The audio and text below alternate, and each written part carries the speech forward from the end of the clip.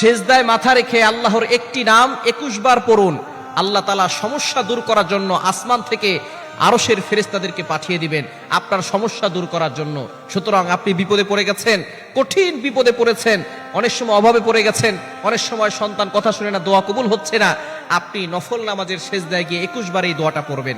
আল্লাহ তাআলার একটি গুণবাচক নাম, মনে রাখবেন, আল্লাহর গুণবাচক নাম পড়ে যদি কোনো ব্যক্তি দোয়া করে আল্লাহ তাআলা সেই দোয়াটা কবুল করেন। আল্লাহ নিজে বলে দিয়েছেন 9 নম্বর পারা 13 নম্বর পৃষ্ঠার 4 নম্বর লাইন সূরা আরাফের 180 নম্বর আয়াতে আল্লাহ বলছেন, ওয়ালিল্লাহিল আসমাউল হুসনা ফাদউহু বিহা, তোমরা আল্লাহর এই গুণবাচক নাম পড়ে যদি দোয়া করো আমি আল্লাহ তোমাদের দোয়া কবুল করব। সুতরাং আল্লাহ পাক রব্বুল আলামিনের এই গুণবাচক নাম পড়ে দোয়া করবেন।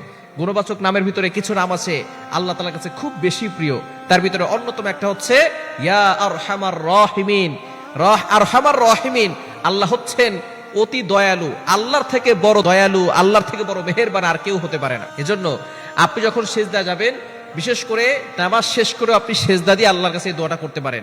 আপনি নফল নামাজে, বিশেষ করে তাহাজ্জুদের নামাজে সেজদা গিয়ে ইয়া আরহামার রাহিমিন এটা 21 বার পড়বেন, অথবা আপনি যে কোনো নামাজ শেষ করে নামাজের পরে সেজদা গিয়ে আপনি ইয়া আরহামার রাহিমিন এটা 21 বার পরে আল্লাহর কাছে চাইবেন। দেখবেন আল্লাহ তাআলা আপনার সকল চাওয়া পাওয়াগুলো কবুল করবেন। অবশ্যই না, যদি এক্সট্রা সেজদা দেন তাহলে শুরুতে আপনি দুরূদ শরীফ 3 বার পড়ে নেবেন, কারণ যেই দোয়ার শুরুতে দুরূদ শরীফ পড়া হয় ওই দোয়াটা সরাসরি আরশে আজিমে গিয়ে নক করে, এটা মুআল্লাকুন ঝুলন্ত থাকে না। আর যেটা দুরূদ শরীফ পড়া হয় না এটা মুআল্লাকুন ঝুলন্ত অবস্থায় থাকে, পেন্ডিং অবস্থায় থাকে, আল্লাহর কাছে পৌঁছায় না। এজন্য দোয়া যদি আপনি আল্লাহর কাছে পৌঁছাতে চান দুরূদ শরীফ পড়বেন, এরপরে সেজদায় গিয়ে ইয়া আরহামার রাহিমিন 21 বার পড়ে আল্লাহর কাছে দোয়া করবেন। দেখবেন আল্লাহ পাক রব্বুল আলামিন আরশের থেকে ফেরেশতা পাঠিয়ে আপনার সকল সমস্যা দূর করবেন।